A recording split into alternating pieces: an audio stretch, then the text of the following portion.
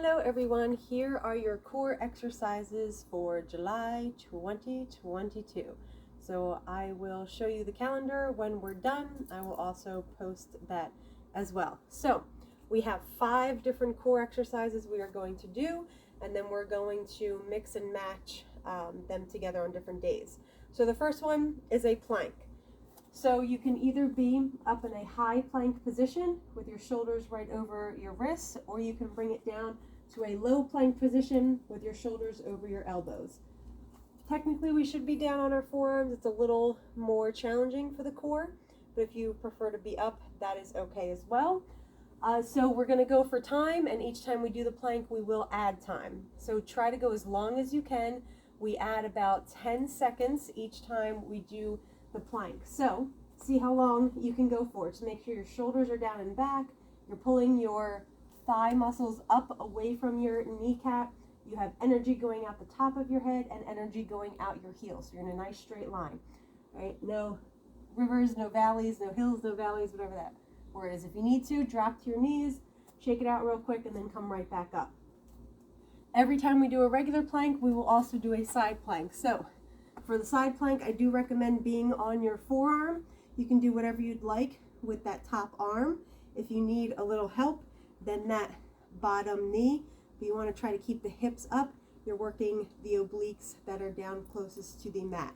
So whenever we have a plank day, we will do a regular plank. So the first day, tomorrow, is a 30-second regular plank, and then you'll do 15 seconds on each side. All right, moving up. S for sit-up. So if you can do a full sit-up, I would love for that to happen. You can have bent knees or straight legs. You can use those arms for momentum to come up. I like to come up and reach for my toes.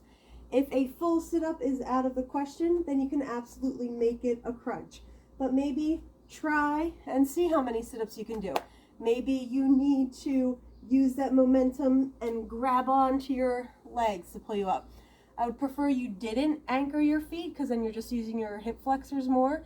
But if you want to maybe do that for a couple in the beginning to help train those core muscles, you can. So S is for sit-up, but if you cannot do a full sit-up, you can absolutely do a crunch. Next we have F for fletters. So the next 3, when I say 10, that means you're doing 10 on the right and 10 on the left. Yay! So flutter kicks. You can put your hands under your hips for support. Your head, neck, and shoulders can be up or down. I would prefer up, but if that's too much pressure on your neck, leave it down. Straight legs, flexed feet, and you're kicking from the hip.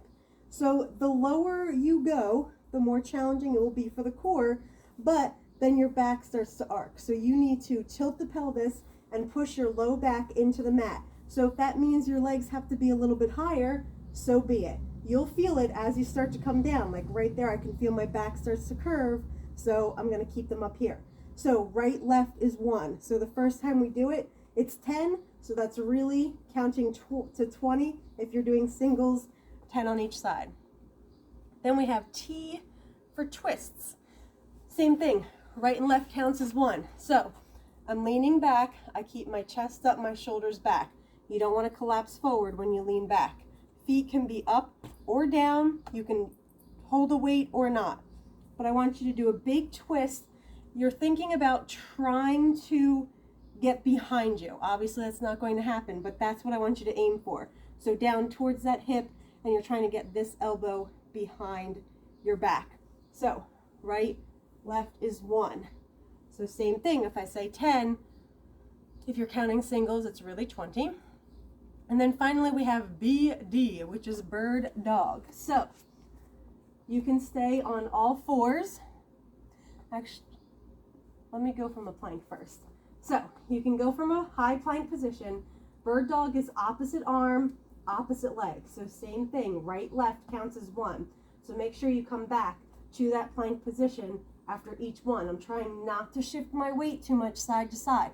So if you need to bring your feet further apart, you can.